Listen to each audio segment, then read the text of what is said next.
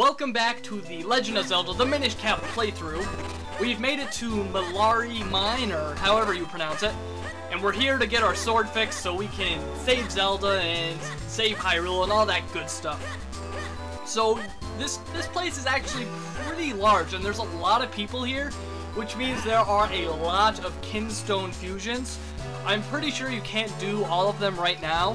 I mean, even if you could, I doubt you would have enough pieces to get everybody.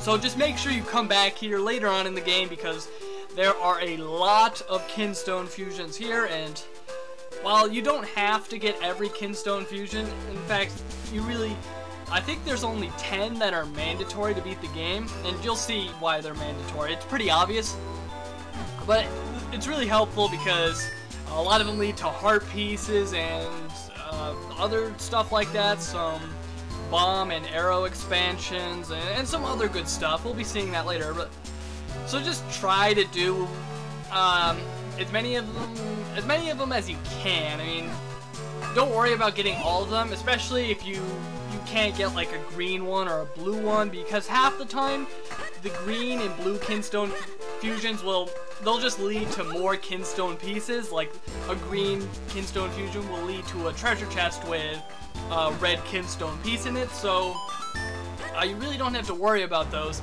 especially because there is a great way to get as many Kinstone pieces as you want, and I'll be showing that off I think after this dungeon, so we'll be seeing that. And it's just a much better way to get Kinstone pieces, and I recommend you do it, because, well, you'll see why. So now we've made it to the Temple of Fire. I forgot what it's called, but in the first dungeon we were entirely Minish, so it was just a pretty standard dungeon. It didn't look any different than your typical Legend of Zelda dungeon.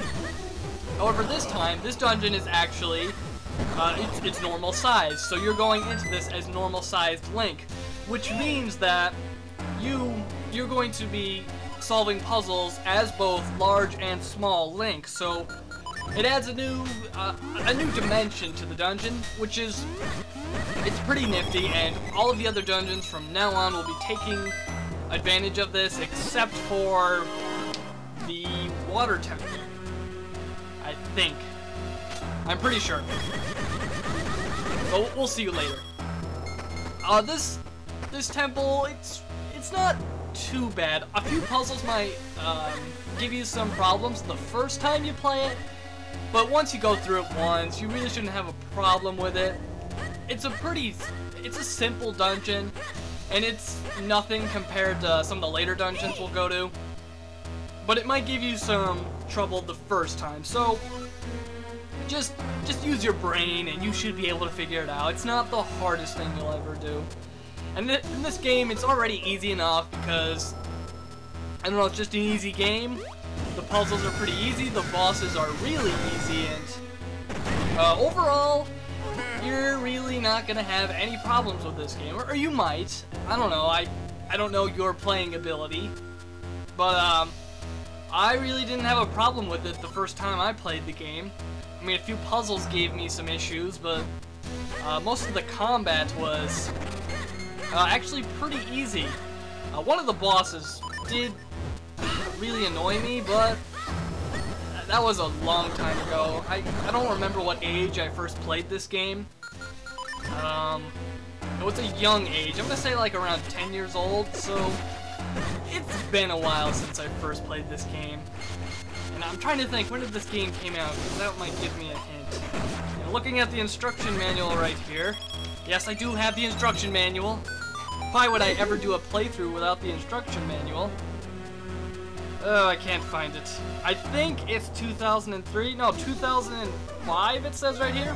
It says 2004, 2005. So, around that time, and I didn't buy this game when it came out. Back in the day, I didn't buy too many games on release date. Only a few, actually. Only the ones I was really excited for. I mean, those are the only things I bought on release day. Maybe it was just because I wasn't really, like, reading all the stuff I do now, because now I go to, like, gaming websites and read on the news, and I see what's coming out, and I know the release schedule for all these games, so I'll often buy them on day one, but back in the day, I really didn't have too many sources for getting information about this stuff. For a while, I had a subscription to Nintendo Power, but then it kind of, I just didn't really want it anymore, just because, Nintendo Power just kind of seemed to stop.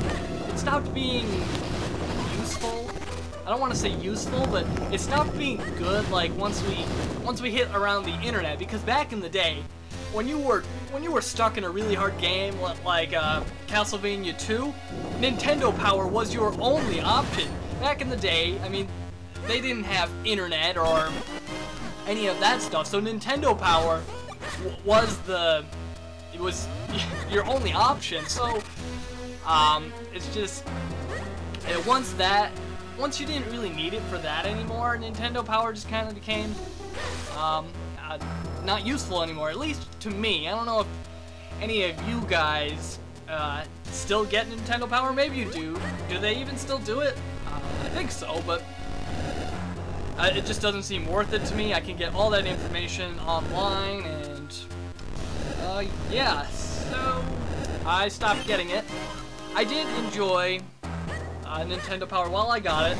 In fact, I cut out a lot of the pages to Nintendo Power and another gaming magazine I had, which I can't remember right now, but I cut out a lot of the pages, and I put them on my wall, so now I have a whole wall of all these video games, and I think it's really cool. Other people don't think it's very cool, but I think it's cool, so whatever. I don't care what they think. And yeah, I really like the wall. It has everything from Sonic Heroes to James Bond. It's got everything. Pretty much everything up to like until we hit the current generation of consoles we're in. Because I don't think I have anything for that. You know, except my StarCraft 2 poster, but I got that one at midnight release because they were giving them out for free. And that midnight release was really disappointing. I think I talked about this in another commentary. I'm not going to talk about it right now. Anyways, here we have a mini-boss, and it's just a bunch of these silver choo-choos. And these silver choo-choos, they're kind of tricky. When you try to hit them with a sword, sometimes they'll go into this spiky form where they're invincible and you can't really hurt them. Spin attack is really effective against them. Also, you can use bombs, and that will stun them. I think on a test run I tried using the boomerang, and that didn't do anything. And why do I still have the boomerang equipped? I'm gonna get rid of it anyway. Here is the cane of Pasi? I don't know how to pronounce that, but let me find the page in the instruction manual. Basically, this cane allows you to flip things over. If you shoot it at something, it's most likely going to flip over, like right there. And that's pretty much all it's useful for, except when you see these holes. If you fire it into the holes, you can actually do this kind of super jump where you leap forward onto the platform it's nearby. It's quite useful. And, here's the description in the instruction manual. Press the item button to fire a bolt from the cane of Pasi. The bolt flips whatever it hits. And that's it, only 2 sentences. Now this instruction manual, it really isn't as good as A Link to the Past. I'll try to find some instruction manual pictures like I did with A Link to the Past, but I'm not going to guarantee anything. I'll look for them, but I don't think I'll find them. But, yeah, it's just, this Game Boy Advance era, it's kind of where the instruction manual started to stop being good. I mean, this one's good. It's a Nintendo/Capcom game, so it's obviously going to be good, but this is kind of where we started to make bad instruction manuals. And I will have a follow-up video to that instruction manual rant from A Link to the Past, because I have some new and interesting instruction manuals to talk about, and I think they deserve a mention. at least. And you'll see why when we get to it, because there's some really surprising things. And that's all I'm gonna say for now. Whenever you encounter these slug enemies, just hit them and they will roll up into a ball, and then you can throw them in these holes to get whatever you want. They are very similar to the fire caterpillar enemies from Wind Waker, if you're familiar with Wind Waker. Except these ones are a lot easier to get into their ball form. Because I think the ones in Wind Waker, you had to hit them in the eye and then... yeah, something like that.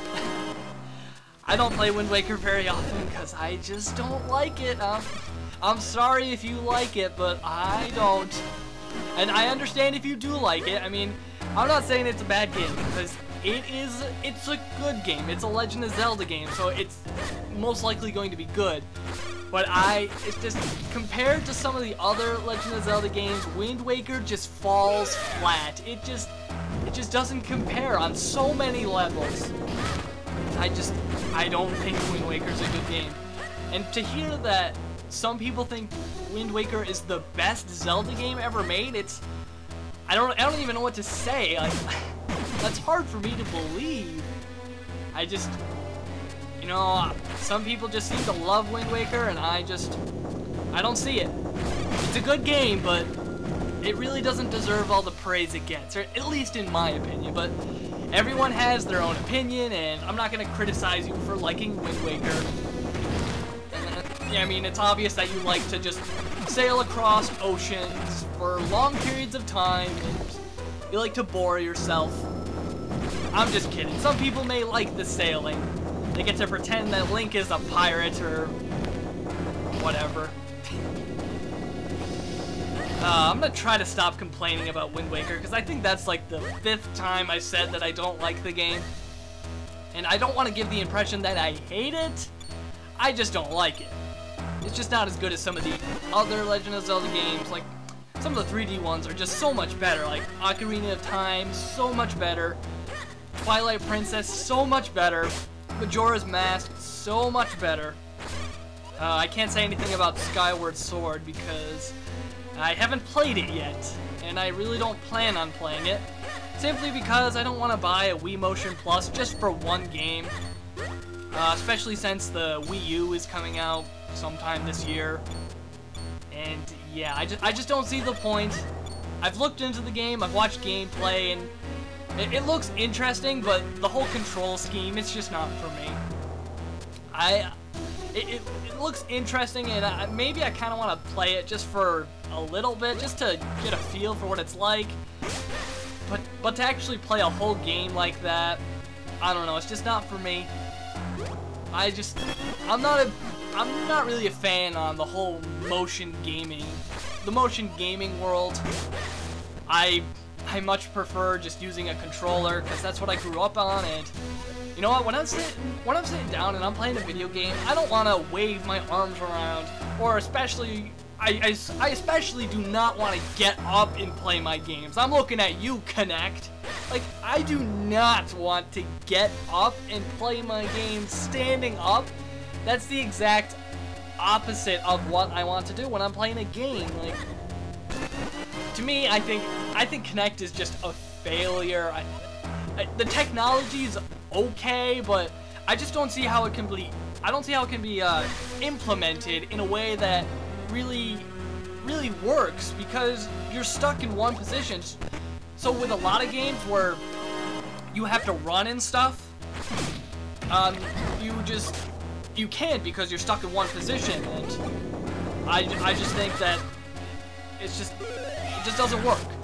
In my opinion, it just doesn't work, just because you're stuck standing still.